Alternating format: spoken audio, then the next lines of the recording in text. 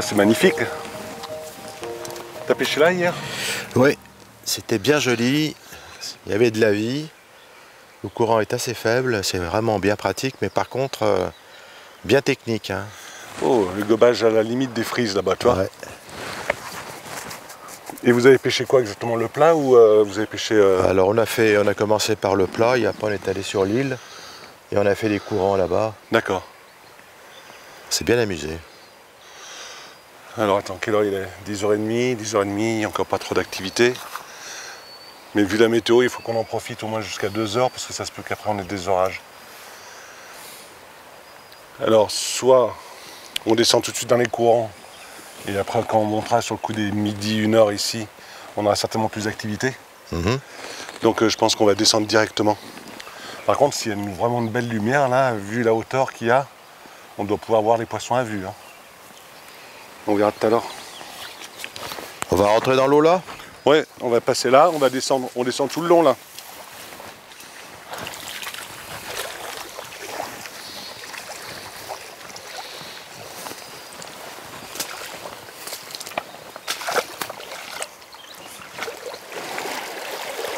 Donc là, vous avez pêché par là hier.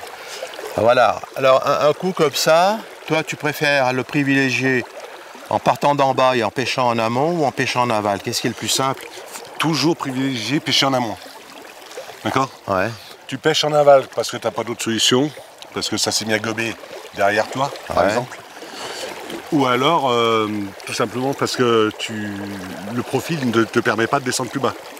Donc quand tu pêches en amont, en remontant, déjà, tu peux être 3/4 amont, tu fais des courbes, tu arraches toujours derrière ton poisson. Ouais. Tandis que quand tu pêches aval, tu arraches sur ton poisson. En fait, ce que tu veux dire, c'est qu'il ne faut pas privilégier ce qu'on sait faire, mais il faut s'adapter et augmenter sa technique. Voilà. Parce que moi, j'attaque souvent parce qu'il est plus facile. Quoi. Et voilà, donc là, on va faire un peu le tour, on va descendre à peu près où on pense que c'est le plus stratège pour pouvoir faire la remontée. On va voir s'il y a des poissons là-dedans. Et puis après, on va faire tout le parcours jusqu'au lisse en haut. Ok. Donc, on va le privilégier amont. D'accord. Et je te ferai voir quand même aval comment on peut aussi décaler des choses. Parce que je pensais que l'ombre, c'était un poisson qui se prenait qu'en aval, moi. Ah non, non, ça c'était... Parce que c'est plus confortable pour la présentation. Tout à fait. Ouais, d'accord. Ouais. Mais parce que les gens ne savent pas faire les courbes. Ouais. Donc quand tu fais un courbe, tu ne couvres pas ton poisson. Ouais. Mais aval, quand tu as laissé passer derrière ton poisson, tu arraches sur la tête. Ou légèrement à côté. Donc ça fait du bruit. Bien sûr. Donc ça se fait, attention, je n'avais pas dit qu'on pêchait pas aval. Hein. Ouais, ouais. Mais on privilégie toujours le pêcher amont. Ou 3/4. D'où l'intérêt d'une bonne technique. Voilà. Alors comment tu veux qu'on se place? Tu te passes comme tu veux et après on va adapter en fonction de ça. Hier tu as pêché avec ta 10 pieds sotte de 3, d'accord? C'est ça. Bon, pour moi je pense qu'une canne comme je viens de te prêter, ça sera évidemment mieux, la 8 pieds 8, soit 4-5. Ouais. Ça sera plus vif, d'accord? Parce que déjà si tu as le vent qui se lève, tu seras moins handicapé. Tiens. Merci.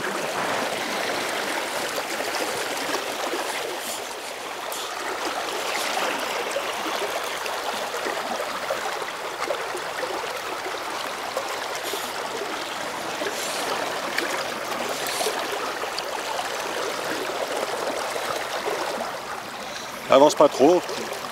Pour le moment, il faut savoir prendre connaissance de la canne simplement.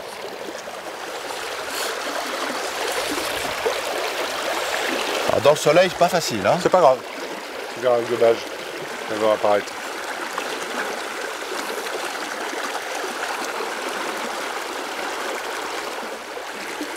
Il faut trouver à peu près la mouche pour le courant.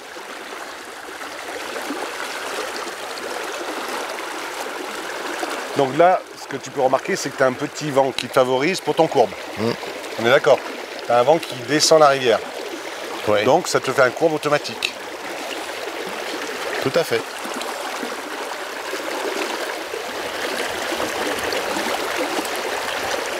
Alors quand tu fais ça, tu peignes après, tu t'avances dans la rivière, tu fais mètre par mètre. Tu peignes toutes les veines, toutes les possibilités, très techniquement, pas en commençant au loin et en revenant sur le bord.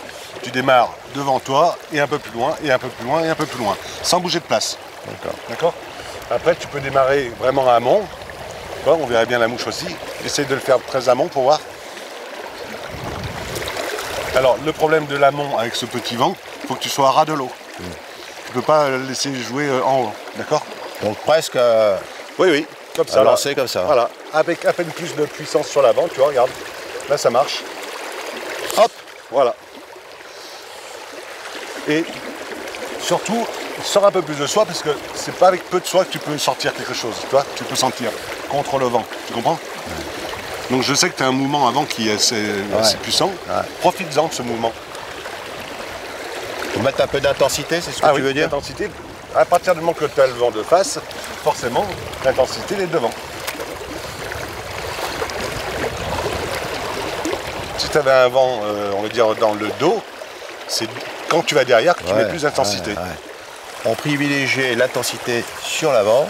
Voilà, comme ça, regarde, c'est parfait. Ouais. Tu as juste ce petit vent qui te fait faire ton courbe en plus. Tout à fait. Alors après, le courbe, on peut le provoquer aussi quand même. Hein. Ok. Et quand tu as le vent arrière, tu t'appuies sur le vent, tu fragilises, tu ralentis un peu le mouvement. Voilà. En fait, tu donnes beaucoup plus, quand tu as un vent arrière, tu donnes beaucoup plus de puissance à l'arrière et tu pousses devant normalement puisque tu as le vent qui va t'aider. Donc, et après, tu as aussi les vents latéraux.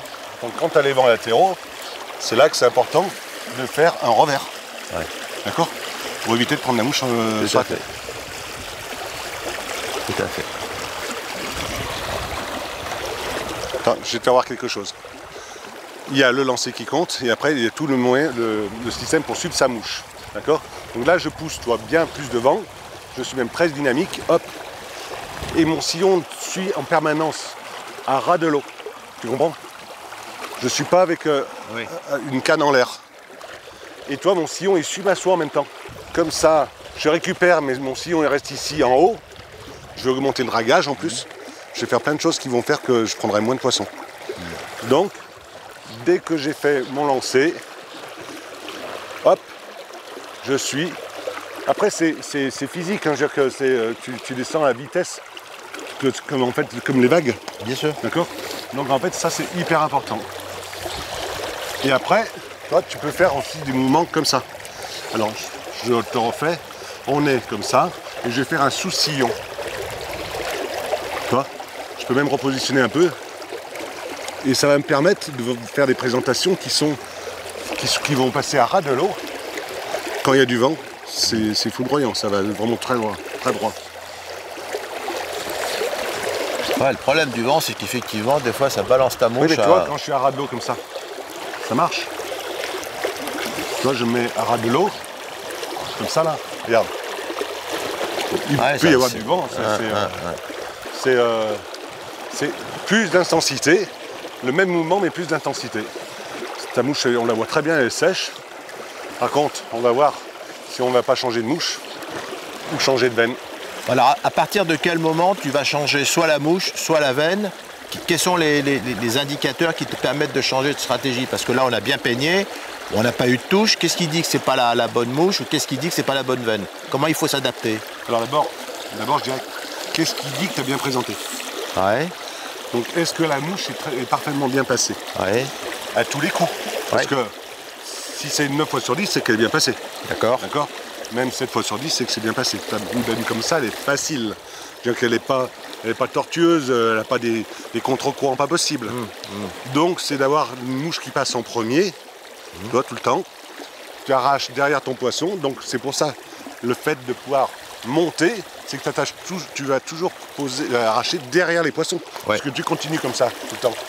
Donc, à un moment, tu les as pas effrayés, déjà, tu les as pas calés. Donc là, tu as fait monter un poisson. Oui. On est d'accord? Ouais. Tu te dis, la veine, je suis sûr qu'il y a du poisson dedans. Je pense qu'on peut peut-être mettre une plus grosse mouche, essayer, sans changer de place. On va voir ce qui va se passer. Si tu avais 2 montées, par exemple, parce que on peut avoir des montées pas prises, parce que les ombres, ils jouent bien avec les mouches. Hein. Ouais. C'est leur spécialité. Mais au moins, ça les a intéressés. Là, maintenant, on va essayer une autre mouche, voir si ça marche. Sinon, après, on va prospecter en montant. Parce que les ombres, c'est pas des poissons qui sont tout le temps là.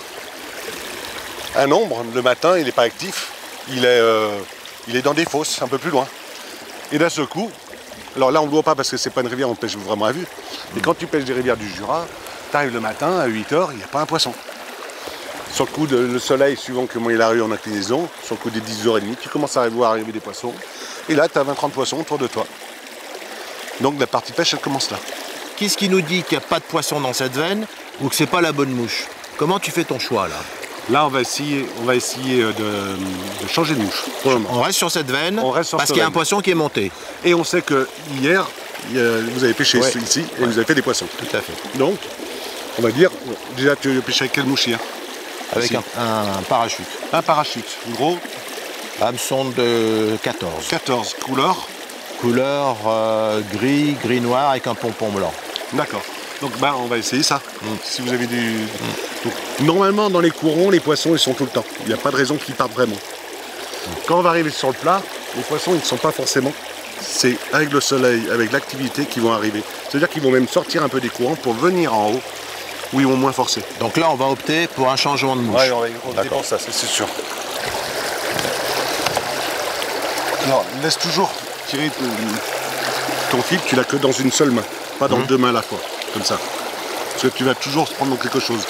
Quand il tire tout le temps par le courant sur ta main, tu peux tout maîtriser. C'est pour ça qu'on se tourne toujours, quand tu te bricoles, dans ce sens-là. Pas face au courant, parce que sinon ça prend tout dans les jambes. D'accord. Donc là, tu n'as aucun risque de faire une salade. Là.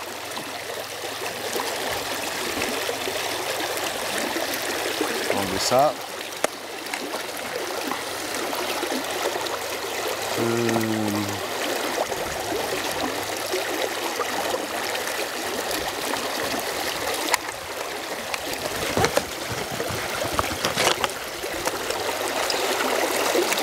Alors, tu vois, Le petit pompon là, c'est pas mal aussi. on va mettre une oreille de lièvre plutôt, tu vois.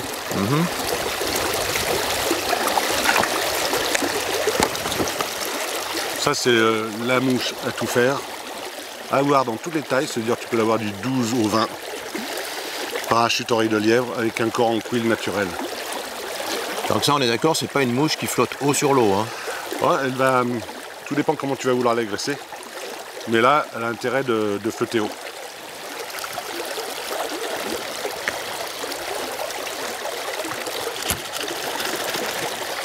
Le produit magique. Ce produit-là, tu le mets sur une mouche sèche ou sur une mouche mouillée? Mouillé, tu l'essuies d'abord. Ouais, tu l'essuies, après maximum. tu le mets dedans. Tu l'ébouriffes un petit peu Ouais. et après tu le sèches. Et quelle est la différence avec une graisse? Bah, Ça, c'est pour enlever l'eau ou c'est pour non, empêcher parce que que... ça, ça graisse, on va dire à sec, ça met une pellicule Ouais. qui empêche l'eau d'agripper sur la mouche. D'agripper la mouche, tu vois. Là, cette mouche-là, je l'emmène à 50 cm sous l'eau, elle remonte à la surface. Après, c'est pas du matin jusqu'au soir. Hein. Oui, oui, bien sûr. D'accord.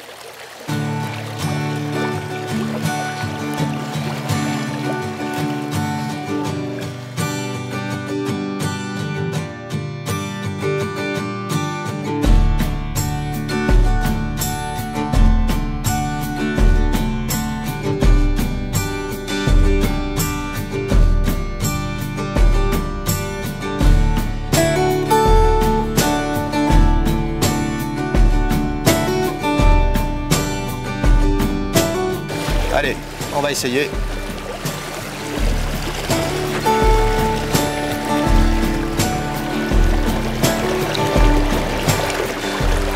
À partir de là, tu commences un petit peu à monter ou tu peignes encore un peu?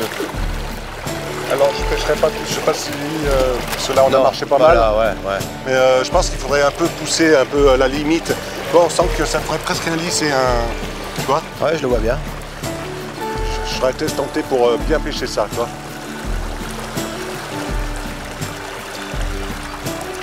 Au niveau du lancer, toi là ça va bien maintenant. Là t'es bien calé. Tu pourrais augmenter ton courbe, mais dans une dérive qui est aussi régulière que ça, on peut s'en passer. D'accord? Ouais, Parce que tu pêches légèrement, on va dire 3/4 amont. c'est ça. Ok. Si tu étais plus amont, c'est soit tu pêches précis, toi tu poses que la pointe de ton bas de ligne au-delà du poisson que tu veux pêcher. Et là, ça peut fonctionner parfaitement. Sinon, c'est faire des courbes. Alors maintenant, il faut que tu écartes. Hein. Quand tu as passé 2 fois un endroit, tu...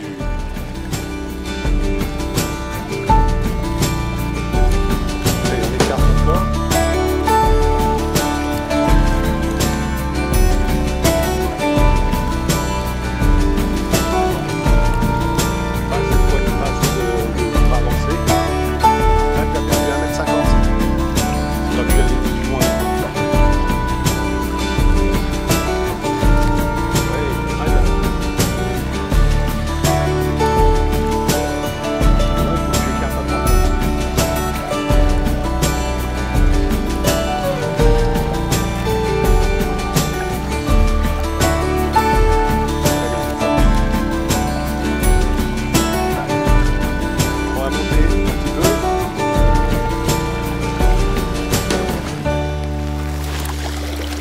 Et une fois que là tu l'as forcé, tu vois. Tiens, on va faire une chose qu'on n'a pas fait. Attends 2 secondes, 2 secondes. Donne-moi ta canne.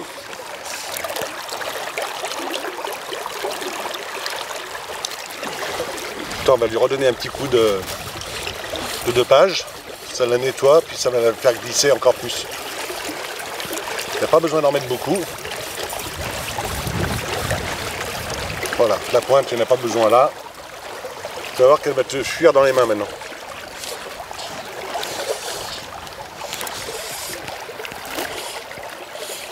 Ah, mais je veux la veine de là-bas. Hein. Ouais.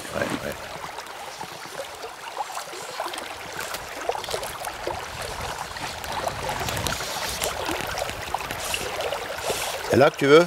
Oui, mais plus haut. Plus haut. Partir plus haut.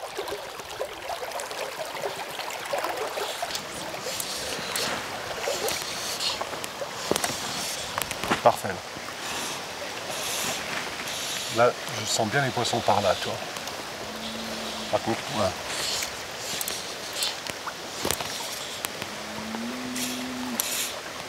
Là, je pense qu'on a une pêche à faire par là, tu vois. Tu vois, regarde. Parfait. Tu l'avais pas vu celui-là. Hein tu l'avais pas vu celui-là. Hein Non, mais je t'ai dit que les poissons étaient là. Ouais. Et tu as vu le gobage, il était subtil? Ah oui. Ouais. Je l'ai vu dans le reflet, moi. En fait. Ah, mais t'avais vu un gobage avant? Non, je l'ai vu monter, j'ai vu le reflet du poisson. Ah, oui. Ouh, putain, ce monstre. Mais attends, alors lâche-le un petit peu. Enfin, je te laisse gérer, mais si tu veux, voilà. 90 degrés du poisson, tout le temps. Je vais l'épuiser. Ouais, je veux bien, ouais. Parce que c'est un beau poisson.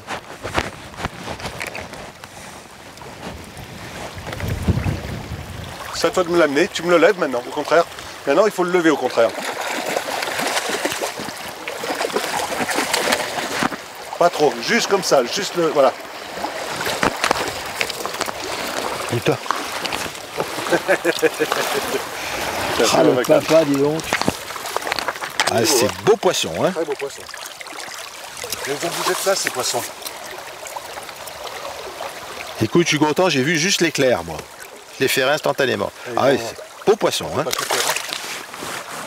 Ah, ça fait plaisir, hein. Ça fait plaisir. La rivière, elle se lit. Les poissons, vous les aviez, ils étaient là hier, ils sont là aujourd'hui. Je pense que si tu pêches tout ça là, on va avoir des belles surprises. À la rigueur, on va pêcher ça, chacun, on va pêcher à 2 cannes. Je vais pêcher dessous. Toi, tu vas pêcher là, tu fais tout ça.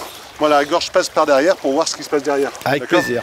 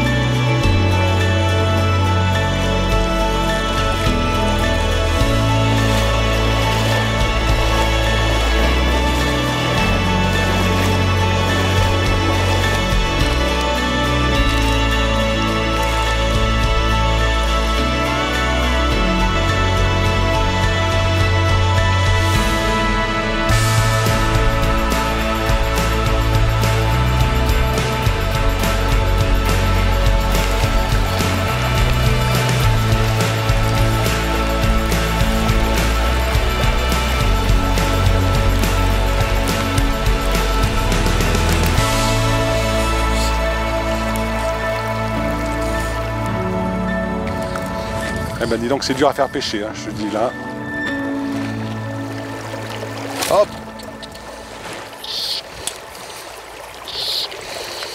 Bien joué, John. Mais tu vois, c'est le poisson que j'avais vu gober. Je croyais qu'il était petit d'ailleurs.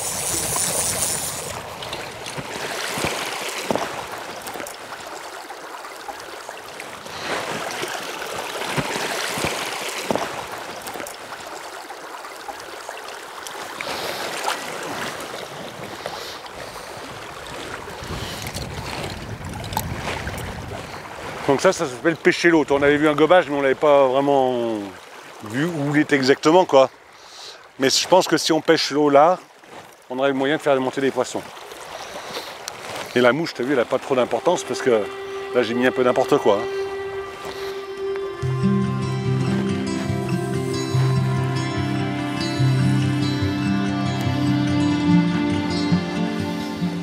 Elle est magnifique cette bordure.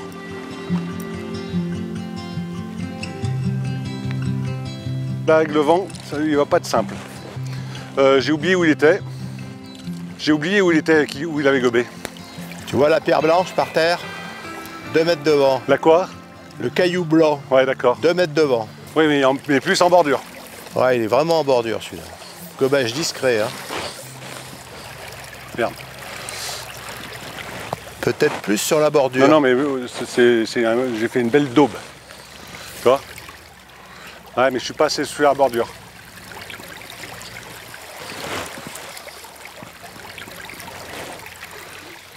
Pas assez sur la bordure et je drague.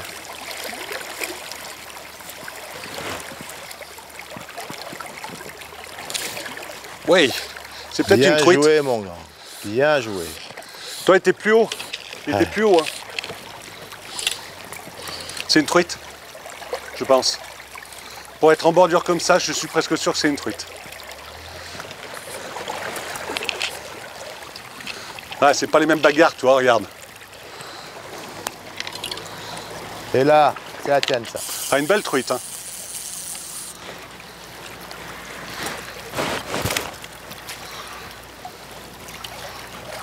Ah oui, c'est un beau poisson. Beau poisson.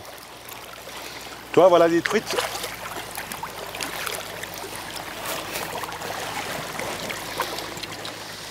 Elle a une belle robe, hein.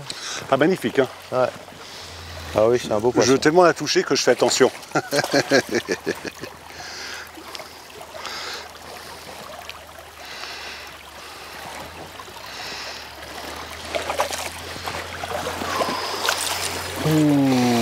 Ouais, c'est un beau poisson. Ouais, t'as vu cette robe?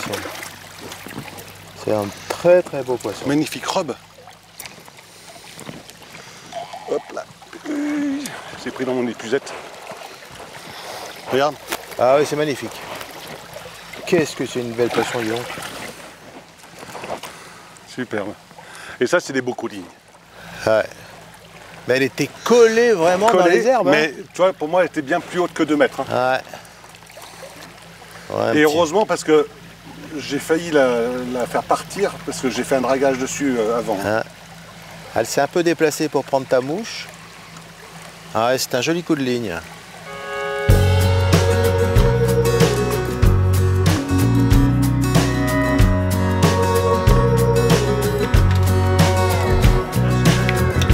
Hearts beat and take a beating. The pounding rhythm of my blood. Pain is just another way of seeing everything I haven't understood. When did I learn to be so lonely? Ma grand-mère, dans son gâteau au yaourt, elle met tout ce qui traîne à la maison. Elle mettait, parce que la pauvre est décédée. Et donc j'ai la même recette. On se fout du sens des ingrédients. On fout tout dans un plat, on touille, 25 minutes, 180 degrés. C'est cuit, c'est pas cuit, on le mange quand même. Les ingrédients que tu rajoutes, c'est les restes. Tout ce qui est reste, salé, sucré. Le gâteau au yaourt salé, c'est très bon. Fais pas la grimace, tu as jamais goûté. Je t'en ferai un, c'est promis. C'est promis. Coin you've tossed.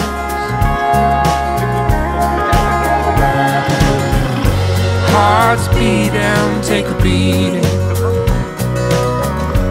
Hearts beat and take a beating. Hearts beat and take a beating.